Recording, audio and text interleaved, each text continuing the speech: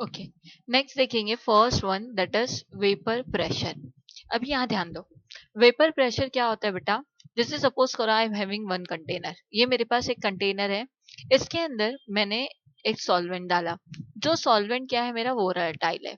Volatile मतलब जब मैं उसे डालूंगी तो वो क्या होगा, इवेपोरेट होने लगेगा। तो ये सपोज करो ये मेरे मॉलिक्यूल्स क्या हो रहे, इवेपोरेट हो रहे।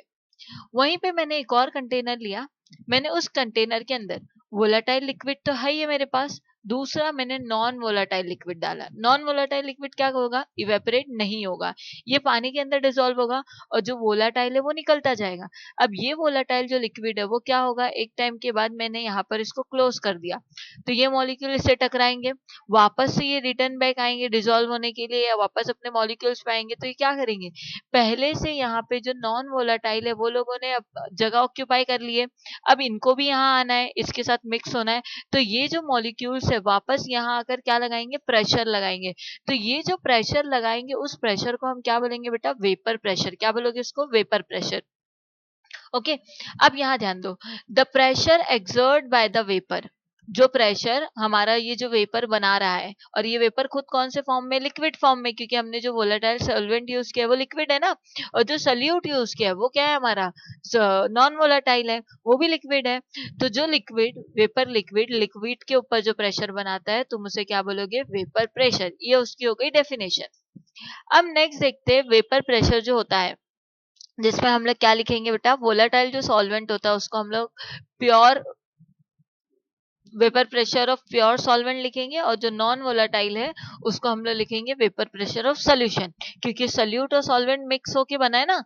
ओके, तो जो हमारे पास नॉन वोलाटाइल जो बीकर है जिसके अंदर हमने नॉन वोलाटाइल डाला है और सल्यूट भी डाला है, सॉल्वेंट भी डाला है, तो तुम उसे क्या बोलोगे बेटा, P1 दोगे उसको नाम। और जो तुम्हारे पास वोलाटाइल सॉल्वेंट है उसको क्या नाम दोगे, vapour pressure pure solvent. Okay, P01। जो P01 है मतलब जो vapour pressure of pure solvent है, वो हमेशा क्या होगा, उसका प्रेशर ज्यादा होगा as compare to pure solution के। अब यहाँ ध्यान दो, P01 जो है वो क्या है, यहाँ पे vapour pressure of pure solvent. P1 जो क्या है, वेपर प्रेशर ऑफ सोल्यूशन। ये जो है तुम्हारा P1, इसके अंदर सॉल्वेंट भी है और सल्यूट भी है। अब यहाँ पे जो बेटा सल्यूट होगा वो क्या है, नॉन वोलाटाइल है, जो सॉल्वेंट है वो क्या है, वोलाटाइल है। ड्यू टू दिस उसकी वजह से क्या होगा, जो तुम्हारा pure of vapour pressure of pure solvent होगा उसका प्रेशर हमेशा ज्यादा होगा एज कंपेयर टू तुम्हारा वेपर प्रेशर ऑफ सोल्यूशन के। ओके, अब हमने एक फॉर्मूला डिराइव किया था रॉल्स लॉ से, वो ये था कि delta P is equal to होता है पी नॉट, मतलब vapour pressure of pure solvent minus vapour pressure of solution. अब जब हम राउल्स लॉ अप्लाई करते हैं तो क्या होता है, देखो राउल्स लॉ ये कहता है कि जो P1 इज इक्वल टू होता है P01 इंटू X1, मतलब वेपर प्रेशर जो है इज इक्वल टू किसके होगा, pure vapour pressure multiply by number of solute.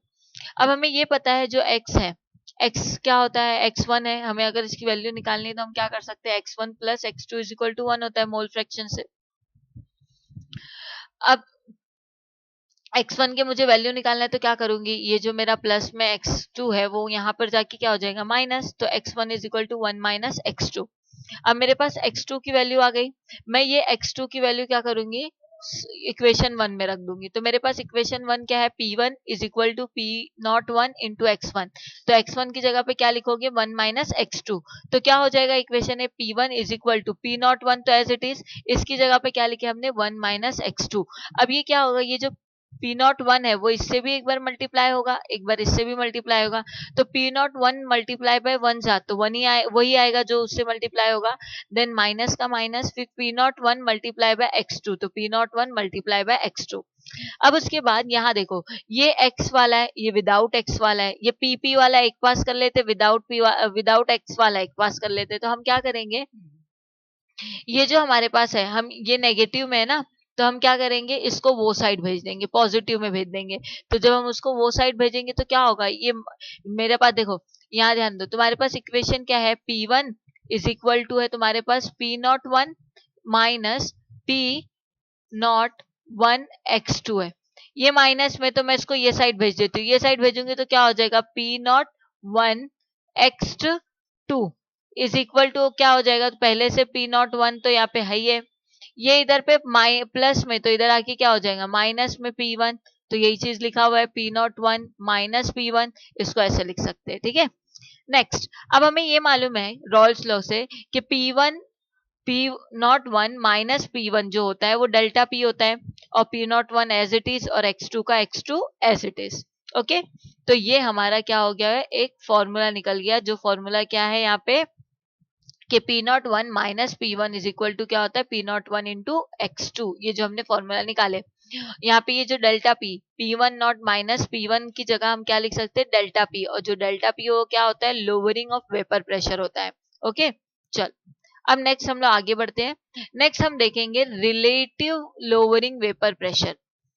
अब जो हमने फॉर्मूला डिराइव किया अभी पीछे P01 minus P1 is equal to P01 into X2, हमें ये भी पता है कि P1 minus P01 is equal to क्या होता है डेल्टा P होता है, ये हमें पता है क्योंकि ये फॉर्मूला है ये लोअरिंग वेपर प्रेशर का, तो हम बस उसी को सब्स्टिट्यूट रीअरेंज करेंगे। ये हमारी इक्वेशन है P01 minus P1 P01 into X। अगर मुझे X2 की वैल्यू निकालनी है तो मैं क्या करूंगी, ये इधर मल्टीप्लाई में तो इधर डिवाइड में, तो पहले से P01 है माइनस P1, ये मल्टीप्लाई में तो इधर आके P01 हो गया डिवाइड में इक्वल टू X2।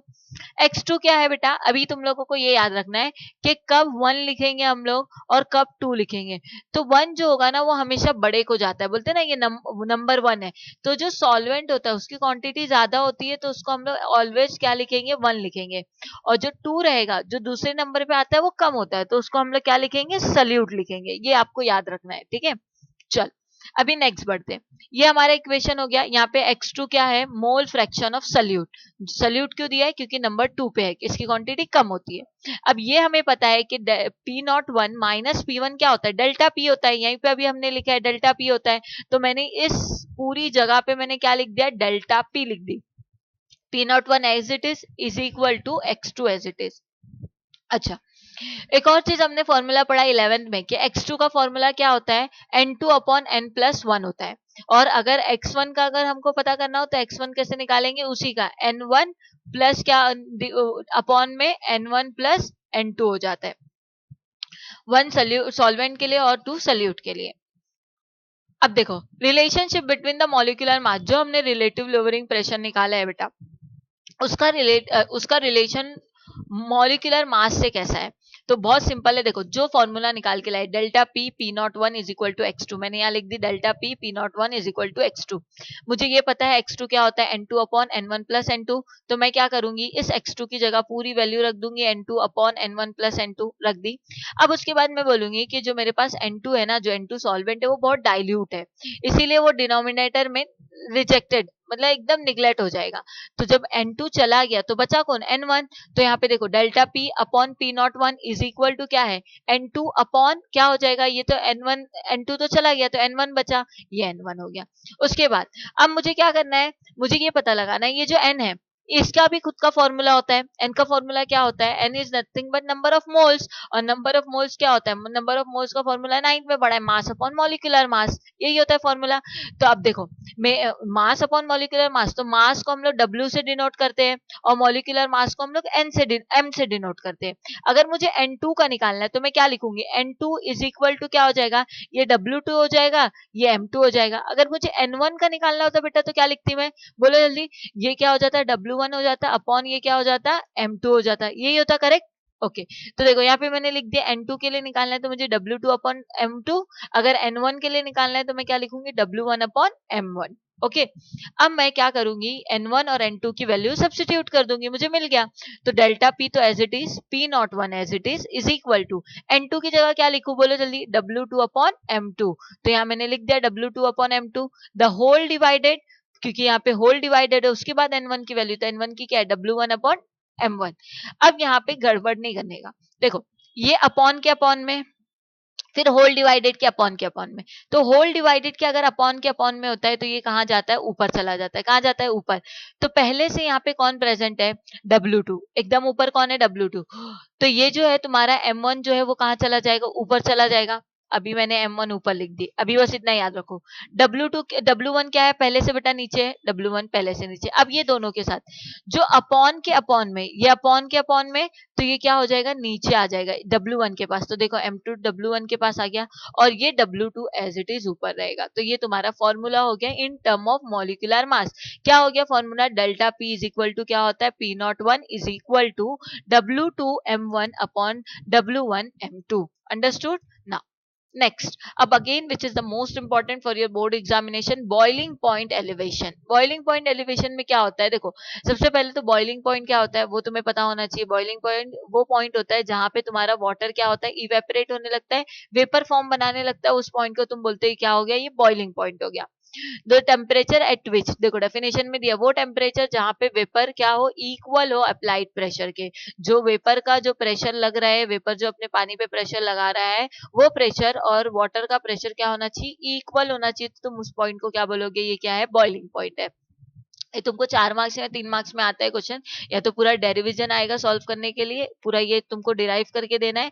आइदर ये तुमको एमसीक्यू में भी पूछ सकता है कि इसकी यूनिट क्या है, इसकी ये यूनिट जो है किलो मोल ग्राम इनवर्स है, या फिर तुमको ये डायग्राम आता है बनाने के लिए। तो अलग अलग टाइप से क्वेश्चन पूछता है, ठीक है। तो अब यहाँ ध्यान दो, तुम्हें करना क्या है, बड़ा सिंपल है। तुम्हें एक कंसीडर करना है, एक बीकर लेना है जिसके अंदर तुम्हारे पास एक सॉल्वेंट है और एक नॉन वोलाटाइल सल्यूट है। मतलब तुम्हारा बीकर है, बीकर के अंदर तुमने पहले क्या किया, वोलाटाइल तुमने सॉल्वेंट ले लिया, ठीक है। फिर उसके अंदर तुमने क्या किए, नॉन वोलाटाइल सल्यूट डाल दिए। ओके, अब तुम्हें यहाँ पे याद रखना है कि हम पहले जो ले रहे थे उसके लिए, जो प्योर था उसके लिए हम ले रहे थे P1, और जो नॉर्मल था सॉल्यूशन था हम उसके लिए ले रहे थे P1। इसके लिए P01 ले रहे थे, इसके लिए P1। यहाँ पे हम लोग क्या करेंगे, थोड़ा सा चेंज करेंगे। बॉइलिंग पॉइंट है, इसके लिए हम लोग लेंगे T, ठीक है। बॉइलिंग है इसीलिए हम लोग उसको सिंबल B दिखाएंगे। तो हम यहाँ पे लेंगे, अगर T0B लिखा हुआ है तो उसका मतलब क्या है, ये प्योर सॉल्वेंट के लिए, और TB क्या है, तुम्हारा सोल्यूशन के लिए, ठीक है। T0B किसके लिए, प्योर सॉल्वेंट के लिए, और TB किसके लिए, तुम्हारा सोल्यूशन के लिए। यहाँ पे तुम्हें याद रखना है, जो प्योर सॉल्वेंट है उसका प्रेशर कम होगा, सॉरी उसका टेम्परेचर कम होगा एज कम्पेयर टू तुम्हारे सोल्यूशन के, ठीक है। चल, अभी यहाँ पे याद रख लो, सॉल्वेंट और सोल्यूशन। सॉल्वेंट में कौन है, P01 हम लेते थे पहले, P01 लेते थे। अभी यहाँ पे क्या लेंगे, TB0 लेंगे। और सोल्यूशन में P1 लेते थे, अब यहाँ पे क्या लेंगे, TB लेंगे। ओके, चल। अब यहाँ पे तुम लोगों को एक फॉर्मूला मिलेगा कि डेल्टा TB जो होता है वो इक्वल टू होता है TB माइनस T0B के। ये बहुत इंपॉर्टेंट है, न्यूमेरिकल में भी बड़ा काम आता है कि डेल्टा TB क्या होता है, जो चेंज इन टेम्परेचर होता है वो इक्वल्स टू होता है इनिशियल, और जो तुम्हारा सोल्यूशन का टेम्परेचर है और जो तुम्हारा प्योर सोल्यूशन है, सोल्यूशन और सॉल्वेंट, वो दोनों के माइनस का होता है। अब हमें क्या करना है, इसका डेरिवेशन फॉर्मूला निकालना है। देखो, बॉइलिंग पॉइंट एलिवेशन और कंसंट्रेशन के टर्म में जो हमने सल्यूट डाला वो, और बॉइलिंग पॉइंट, तो यहाँ पे ये कहता है कि जो बॉइलिंग पॉइंट होता है वो डायरेक्टली प्रोपोर्शनल होता है किसके, मोलैरिटी ऑफ द सोल्यूशन के। मतलब जो तुम्हारा डेल्टा TB है, तुम्हारे पास जो डेल्टा TB है वो डायरेक्टली प्रोपोर्शनल किसके है, मोलैरिटी के।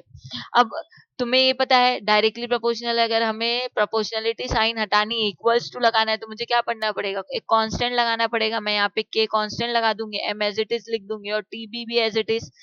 और जब कांस्टेंट लगाऊंगी बॉइलिंग पॉइंट का, इसीलिए क्या लगाऊंगी, B। तो यहाँ पे देख लो, डेल्टा TB जो है वो डायरेक्टली प्रोपोर्शनल है M के, और delta TB is equal to क्या होगा, जब प्रोपोर्शनलिटी हटाओगे तो KB M लगाओगे। ओके, अब यहाँ पे तुम्हें ये मेंशन करना पड़ेगा, यहाँ पे जो M है वो क्या है, मोलैरिटी ऑफ द सोल्यूशन है। KB क्या है बेटा, बॉइलिंग पॉइंट एलिवेशन कांस्टेंट है, और या फिर उसका दूसरा नाम क्या है, मोलाल एलिवेशन कांस्टेंट, या एलिब्रोस्कोपिक कांस्टेंट।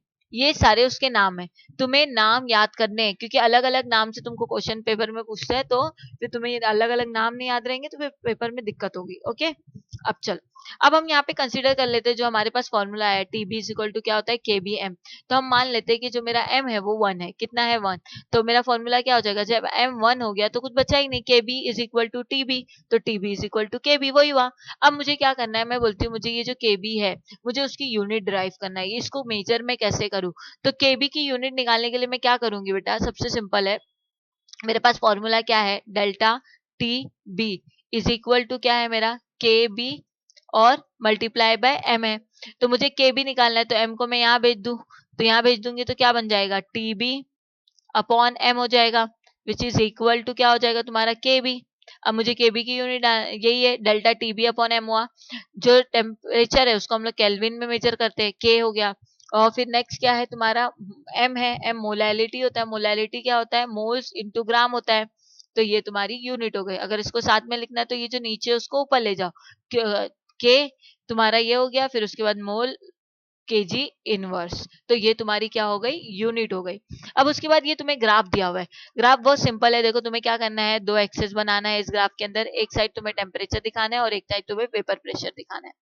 अब तुम्हारे पास ए और बी दो था, एक तुम्हारा यहाँ से एक क्या है, ए तुम्हारा सॉल्वेंट है और तुम्हारे पास जो सी है वो तुम्हारा क्या है, सोल्यूशन है। हमने एक जैसे जैसे टेम्परेचर बढ़ाया तो मेरा सोल्यूशन क्या हो रहा है, वेपर। यहाँ पे यही हो रहा है ना, जैसे जैसे टेम्परेचर बढ़ाओगे तो जो तुम्हारा सॉल्वेंट है वो क्या हो जाएगा, वेपर बनता जाएगा। तो यहाँ पे दिख रहा है, जैसे जैसे टेम्परेचर अप हो रहा है तो वेपर प्रेशर कम होता जा रहा है, जैसे जैसे टेम्परेचर अप हो रहा है वैसे। तो जहां पे कट होगा, जहां पे फॉल डाउन होगा, यहाँ पे दो ऐसी लाइन ड्रॉ करनी है। जो पहली वाली होगी, चूंकि ये सॉल्वेंट है तो सॉल्वेंट को हम लोग ने किससे दिखाया है, टीबी नॉट से। तो यहाँ पे क्या लिखोगे, टीबी नॉट। और जो दूसरी वाली लाइन थी जो तुमने ड्रॉ किया है वो किसकी है, तुम्हारी सोल्यूशन की। तो ये टीबी हो गया। तो ये तुम्हारा हो गया ग्राफ। ओके, चलो अब नेक्स्ट बढ़ते आगे। अब हम लोग बॉइलिंग पॉइंट और मोलार मास के बीच में रिलेशनशिप निकाल के इसका फॉर्मूला डिराइव करेंगे। तो बहुत सिंपल है, देखो जो हमने फॉर्मूला निकाला था, delta TB is equal to KBM होता है, यही निकाला था हमने पहले। हाँ, बस यहाँ पे कुछ चीजें सपोज कर लेना है। क्या सपोज करना है यहाँ पे तुमको, कि तुम्हारे पास ना एक तुम लोगों ने एक सोल्यूशन बनाया जिसके अंदर W2 ग्राम क्या लिया है, सोल्यूट लिया है। मतलब तुमने एक सोल्यूशन बनाने जा रहे हो जिसके अंदर तुम्हारा सोल्यूट क्या है बेटा, W2G है, ठीक है, W2 है और ग्राम में है, ठीक है। अब उसके बाद जो तुम्हारा सॉल्वेंट है जिसके अंदर तुम लोग मिक्स कर रहे हो वो क्या है, तुम्हारा W1 है।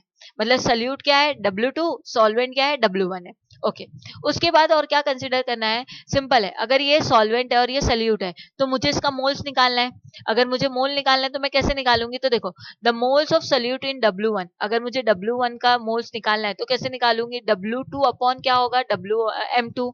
मोल्स का फॉर्मूला यही है ना, मास अपॉन क्या होता है, मॉलिक्यूलर मास। अभी तो इससे पहले सीख के आए, molecular mass, mass upon molecular mass. तो जो मास होता है उसको हम लोग W से डिनोट करते हैं और जो मॉलिक्यूलर मास होता है उसको M से डिनोट करते हैं। क्योंकि सॉल्वेंट का निकाल ले तो W2 आएगा और यहाँ पे भी क्या आएगा, M2 आएगा, ठीक है। अब यहाँ पे क्या लेना है, जो M2 है वो तुम्हारा क्या है, मोलार मास है, और W क्या है, तुम्हारा वेट है यानी मास है। ओके, अब ये हमारे पास किसका निकल गया, W1 का निकल गया, सॉल्वेंट का। तो यहाँ पे देख लो, यहाँ पे दिया हुआ है कि मास ऑफ सॉल्वेंट अगर निकालना है तो मेरे पास मास ऑफ सॉल्वेंट है क्या, W1G है। अब मुझे मालूम है मैंने फॉर्मूला क्या निकाल के आया है, W2 अपॉन M2।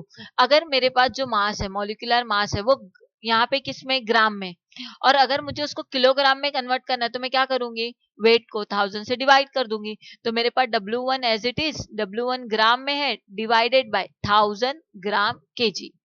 तो क्या होगा यहाँ पे, तुम्हारा ग्राम से ग्राम कैंसिल हो जाएगा, W1 का W1, 1000 का 1000, केजी का केजी हो गया।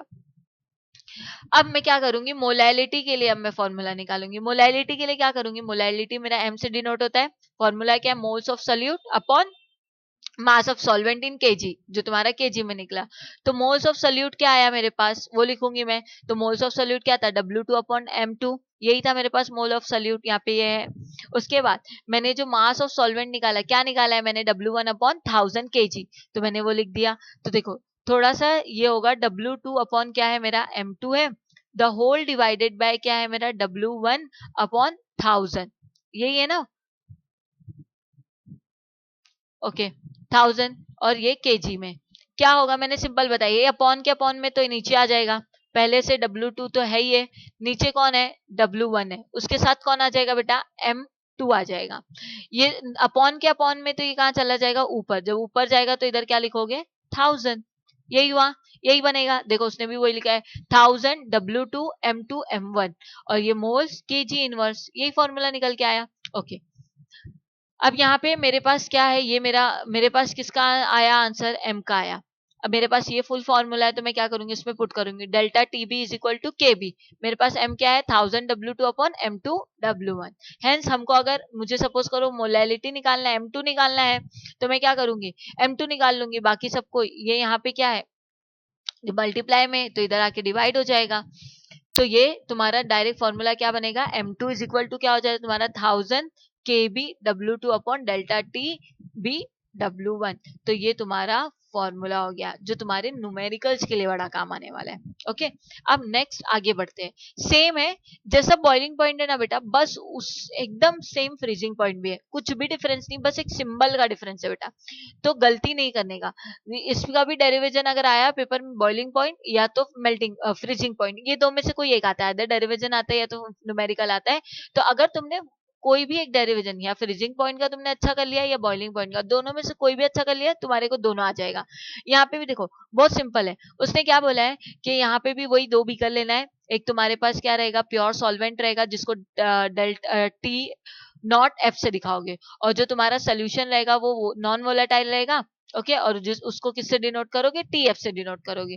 फिर वही चीज जो प्योर सॉल्वेंट है उसके प्रेशर टेम्परेचर जो होगा वो ज्यादा होगा एज कम्पेयर टू तुम्हारे सोल्यूशन के। उसके बाद तुम्हें एक फॉर्मूला निकल के आएगा जो फ्रीजिंग पॉइंट का डिफरेंस होता है कि डेल्टा टीएफ, टीएफ क्यों ले रहे हैं क्योंकि फ्रीजिंग पॉइंट है, इज इक्वल टू क्या होगा, प्योर जो है तुम्हारा प्योर सॉल्वेंट माइनस तुम्हारा सोल्यूशन होगा। ओके, अब फ्रीजिंग पॉइंट का हम लोग क्या करेंगे, कंसंट्रेशन के टर्म में हम लोग फॉर्मूला डिराइव करेंगे। तो सिंपल है कि जो तुम्हारा फ्रीजिंग पॉइंट होता है, फ्रीजिंग पॉइंट डिप्रेशन जो होता है वो डायरेक्टली प्रोपोर्शनल होता है सेम मोलैलिटी, जैसे बॉइलिंग पॉइंट में क्या ना बेटा वैसी है। तो डेल्टा टीएफ यहाँ लिख लोगे डायरेक्टली प्रोपोर्शनल एम। अब अगर प्रोपोर्शनलिटी हटानी है तो कांस्टेंट लगाओगे के, फ्रीजिंग पॉइंट है तो एफ लगा दोगे। यहाँ पे फिर तुम्हें बताना है कि जो फ्रीजिंग पॉइंट है, ये जो तुम्हारा के एफ है, ये क्या है, तुम्हारा फ्रीजिंग पॉइंट कांस्टेंट है। उसके बाद हम लोग कंसीडर कर लेंगे जो मेरा m है वो m क्या है, 1 है। तो अगर m 1 हो जाएगा तो मेरे पास फॉर्मूला क्या बच जाएगा, tf is equal to K F हो जाएगा। तो यहाँ पे वही लिखा है tf is equal to K F हो जाएगा। उसके बाद अगर मुझे क्या करना है बेटा, अगर मुझे इसकी यूनिट निकालना है, यूनिट निकालना है तो मैं क्या करूंगी, यूनिट निकालने के लिए बहुत सिंपल है कि मेरे पास क्या है फॉर्मूला है, T delta T F is equal to होता है क्या, के एफ अपॉन एम है ना, के एफ इंटू एम है। तो अब मुझे क्या है के एफ का निकालना है, तो मैं क्या करूंगी, डेल्टा टी एफ अपॉन क्या हो जाएगा, M which is equal to K F हो जाएगा, करेक्ट। तो अब सेम वही यहाँ पे भी लिखा है टी एफ अपॉन एम। तो जो तुम्हारा टेम्परेचर है या तो उसको केल्विन में मेजर करो या तो उसको सेल्सियस में, दोनों ऑप्शन है। अपॉन तुम्हारा मोलैलिटी किस में कैलकुलेट होता है, मोल्स इनटू ग्राम में। अब इसको ऊपर ले लो, क्या हो जाएगा तुम्हारा, अगर केल्विन लोगे तो केल्विन ग्राम मोल इनवर्स होगा, अगर सेल्सियस लोगे तो सेल्सियस ग्राम मोल इनवर्स हो गया। तो ये तुम्हारी यूनिट डिराइव हो गई। उसके बाद यहाँ ग्राफ देखो, तुम्हें दो एक्सेस सेम बनाना है, जैसे बॉइलिंग पॉइंट में बनाए थे, यहाँ पे टेम्परेचर लिखोगे और यहाँ पे प्रेशर लिखोगे।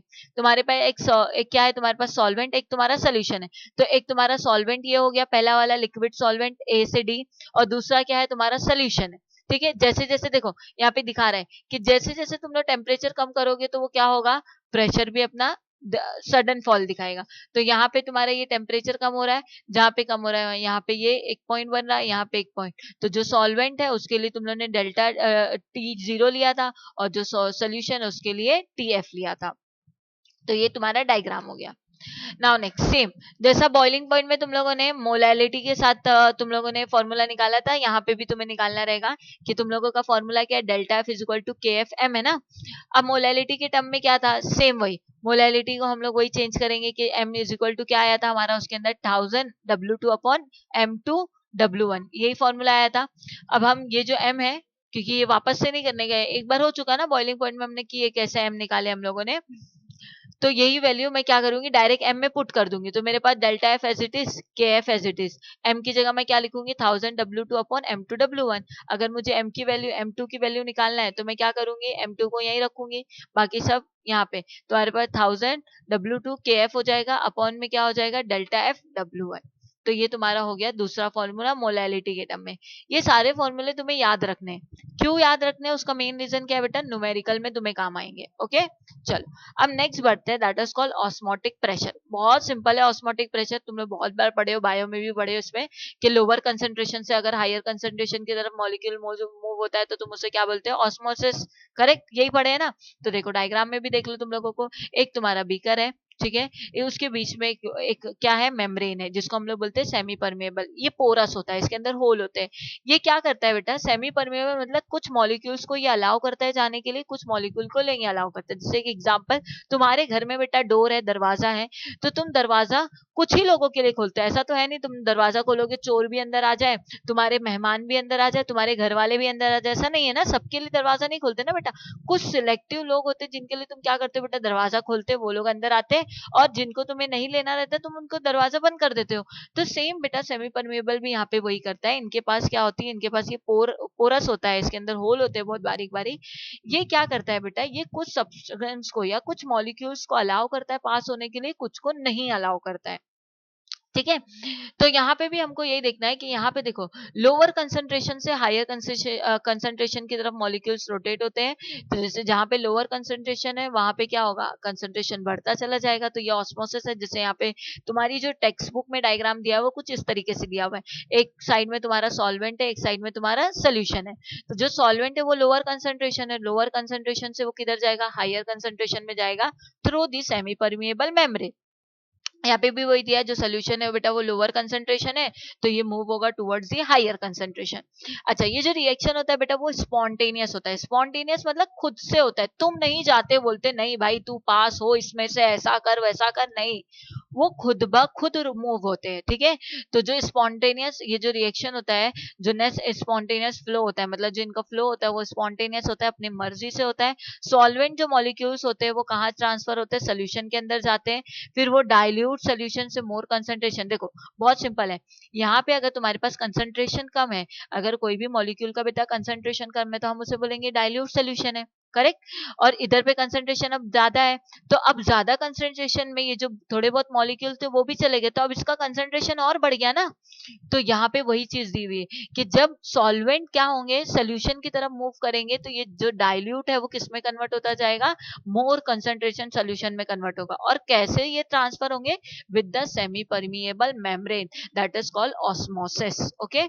तो नेक्स्ट अब हम चलते हैं again which is the important, osmotic pressure. Osmotic pressure क्या होता है, बहुत सिंपल है। देखो हम लोगों ने जो ऑस्मोसिस पढ़ा है ना बेटा, बस उसी का थोड़ा सा आगे, जैसे सपोज करो हम लोग मान लेते हैं ये हमारे पास ये डायग्राम है। ओके।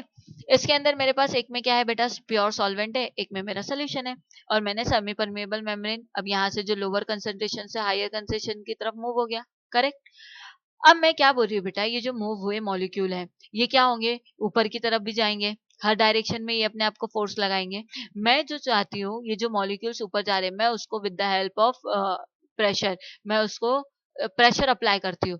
तो क्या होगा बेटा, ये जो मॉलिक्यूल्स ऊपर जा रहे हैं ये वापस से रिटर्न बैक आएंगे, नीचे की तरफ प्रेशर लगाएंगे, तो तुम उसे बोलोगे ये कौन सा प्रेशर है, ऑस्मोटिक प्रेशर है, जिसको हम लोग पाई से डिनोट करते हैं। तो यहाँ पे दिया है कि हाइड्रोस्टैटिक प्रेशर, जो वाटर से प्रेशर लगता है जिसको हम लोग बोलते हैं हाइड्रोस्टैटिक प्रेशर, स्टॉप कब होगा, जब तुम ऑस्मोटिक प्रेशर, मतलब तुम चाहते हो ये सोल्यूशन यहाँ से यहाँ मूव हो रहा है ये रुक जाए, तो तुम्हें क्या करना पड़ेगा बेटा, प्रेशर लगाना पड़ेगा।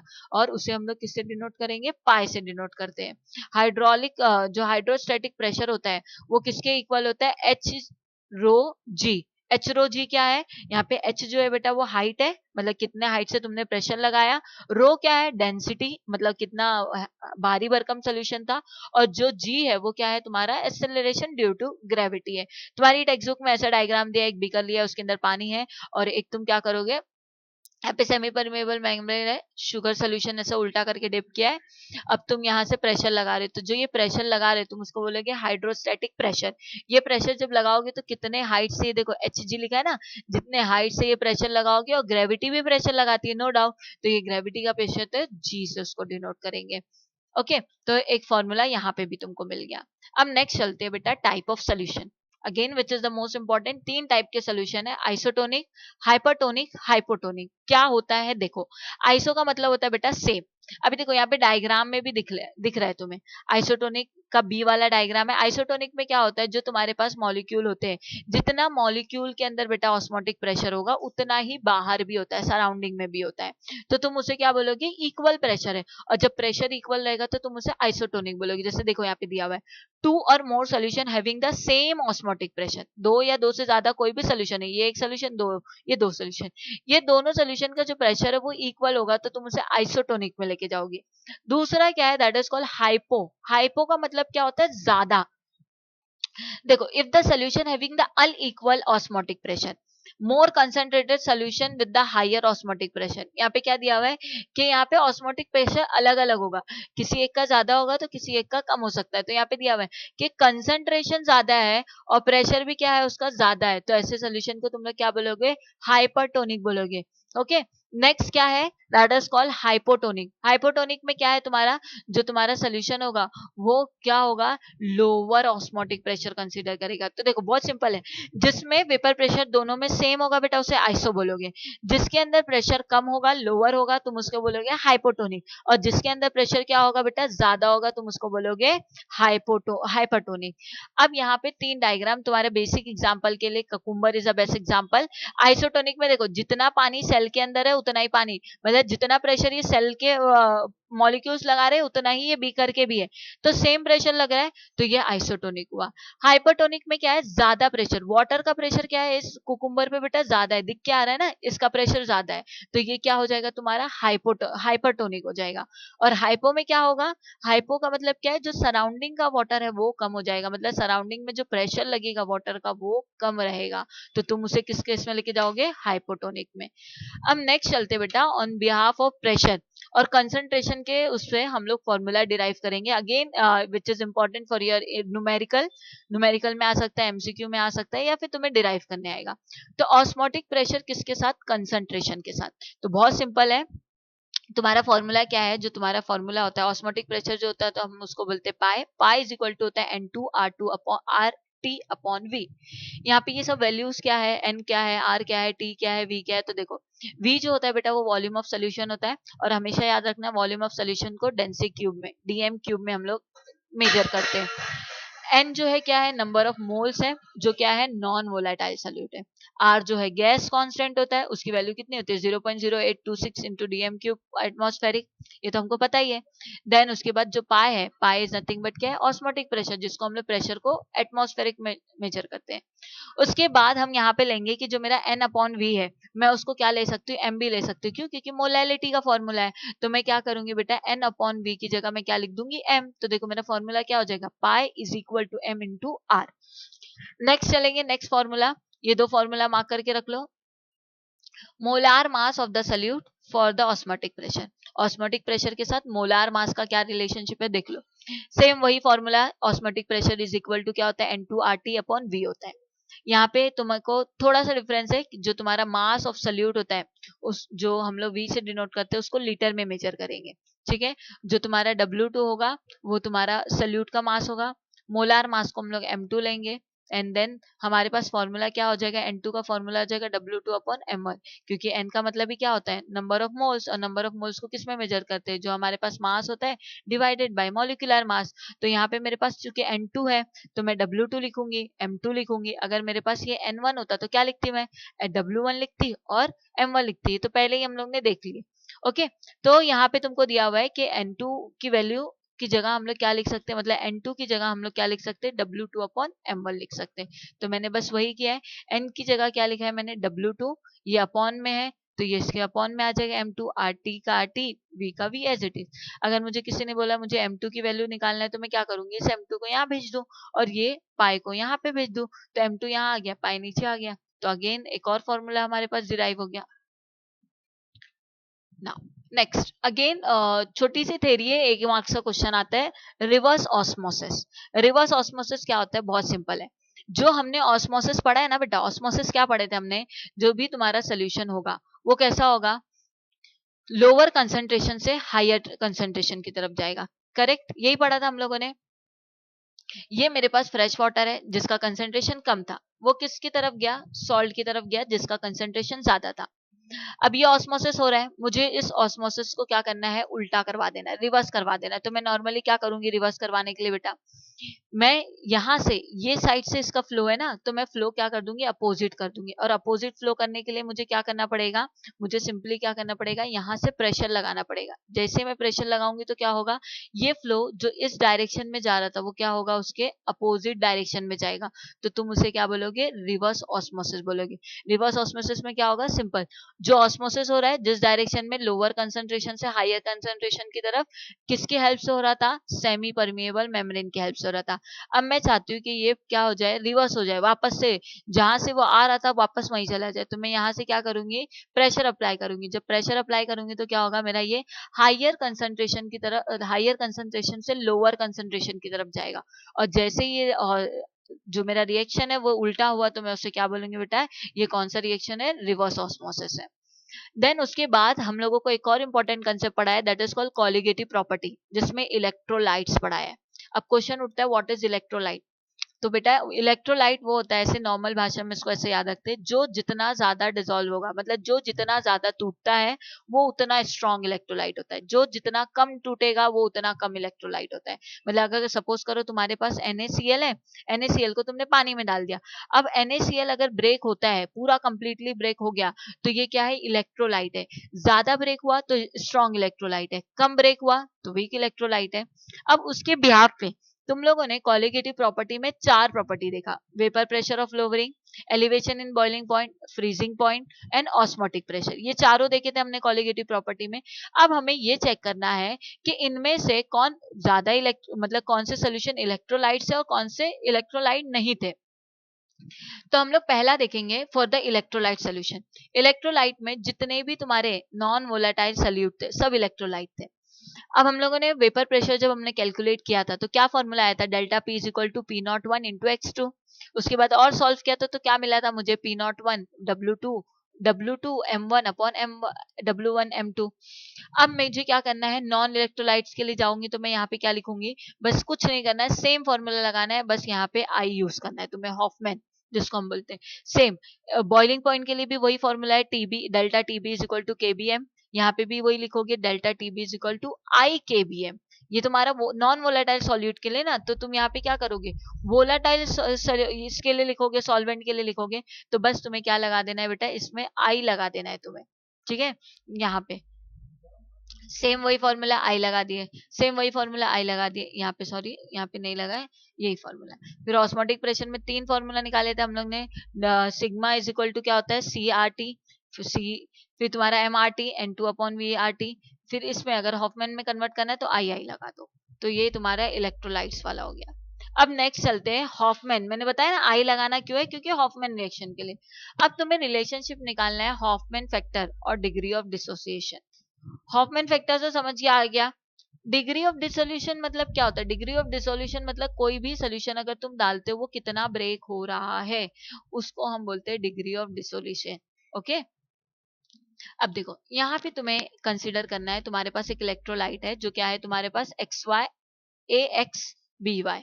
ठीक है, इसको तुम अगर ब्रेक करोगे तो तुम्हें A और B मिलेगा। ये जो तुम्हारा X और Y है, X पहले आ जाएगा, यहाँ पे Y पहले आ जाएगा। उसके बाद इसके पास जो चार्ज आएगा ये प्लस और इसके पास आएगा माइनस। अब हम लोग शुरू में कंसिडर करेंगे, यहाँ पे जो रिएक्टेंट है वो 1 मोल है, प्रोडक्ट तो 0 0 होता है। जैसे रिएक्शन बेटा प्रोसीड होने लगेगा तो क्या होगा, बहुत सिंपल है। अगर तुम्हारे पास ये अगर सपोज करो मैं बोलती रिएक्शन में प्रोसीड हुआ, ये 0 से X बन गया और ये 0 से Y बन गया। ठीक है, और चूंकि डिसोसिएशन है तो मैं इसको बोल देती हूँ अल्फा X और इसको बोल देती हूँ अल्फा Y। अब मुझसे पूछा जो रिएक्टेंट है वो रिएक्टेंट अब कितना बचा, पहले तो 1 मोल था, मैं क्या बोलूंगी 1 माइनस अल्फा बचा मेरे पास। ये कब हुआ, जब रिएक्शन प्रोसीड हो गया। अब मुझे टोटल डिसोसिएशन निकालना है कि कितने मॉलिक्यूल्स टूटे रिएक्टेंट में प्रोडक्ट में। तो मैं लिखूंगी टोटल मोल्स आफ्टर डिसोसिएशन, जैसे डिसोसिएशन हो गया टोटल मोल्स मुझे कितने मिले। तो सिंपल है, जो मेरा रिएक्टेंट में था वो और जो मेरे पास प्रोडक्ट में, सबको ऐड कर दो। तो मैंने कर दिया 1 माइनस अल्फा प्लस मेरे पास क्या था यहाँ पे एक्स अल्फा और यहाँ पे क्या था वाई अल्फा, सबको ऐड कर दी। अब ऐड करने पे मुझे ये बात समझ में आ गई कि अल्फा अल्फा अल्फा कॉमन है। ठीक है, कॉमन है निकाल लो। तो वन वन तो है ही नहीं, वन को पहले बाहर रखो। इन तीनों में से क्या कॉमन है, अल्फा। अल्फा को मैंने निकाल लिया तो बच क्या गया, यहाँ से तुम्हारा एक्स बच गया, यहाँ से तुम्हारा वाई, यहाँ से कौन बचा, कुछ नहीं बचा, मतलब -1 बचा। ओके, ये 1 plus alpha as it is, X x plus Y क्या होता है तुम्हारा, x plus Y is equal to n है, तो यहाँ पे n माइनस वन लिख दिए। अब उसके बाद हम लोग जो हॉफमैन रिएक्शन है उसका फॉर्मूला लिख लेते हैं। हॉफमैन रिएक्शन को हम लोग आई से डिनोट करते हैं, और फॉर्मूला क्या होता है कि जो एक्चुअल मोल्स ऑफ मॉलिक्यूल जो डिसोसिएट हुए, मतलब ये रिएक्शन होने के बाद कितने मॉलिक्यूल टूटे हैं, उसको डिवाइड कर दोगे moles formula dissolve in the solution, तो ये हमारे पास टोटल डिसोसिएशन है। तो मैंने कितना निकाला, 1 plus alpha N minus one, ये मेरे डिसोसिएशन के बाद के। और कितने मोल्स थे मेरे पास, एक मोल्स था, तो मैंने एक लिख दिया। अब बच क्या, वन का तो कुछ वैल्यू नहीं होता है, तो डायरेक्ट मेरे पास बचा क्या, i is equal to one plus alpha N minus one, यही बचा। ओके, अब मुझे क्या करना है, अल्फा निकालना है। अल्फा निकालने के लिए मैं क्या करूंगी, सिंपल, ये यहाँ पे बेटा ये वन है, ये इधर क्या है प्लस में, तो मैं इसको ये साइड में भेजूंगी तो माइनस, तो i minus one is equal to alpha N minus one है, यही है। अब उसके बाद मुझे अल्फा निकालना है, तो मैं क्या करूँ, ये इधर मल्टीप्लाई में, तो इधर भेज दो, डिवाइड में हो जाएगा, तो ये अल्फा इज इक्वल टू क्या हो गया, i minus one divided by n minus one. तो ये तुम्हारे पास क्या हो गया, अल्फा डिसोसिएशन और हॉफमैन फैक्टर के बीच का रिलेशन हो गया। ओके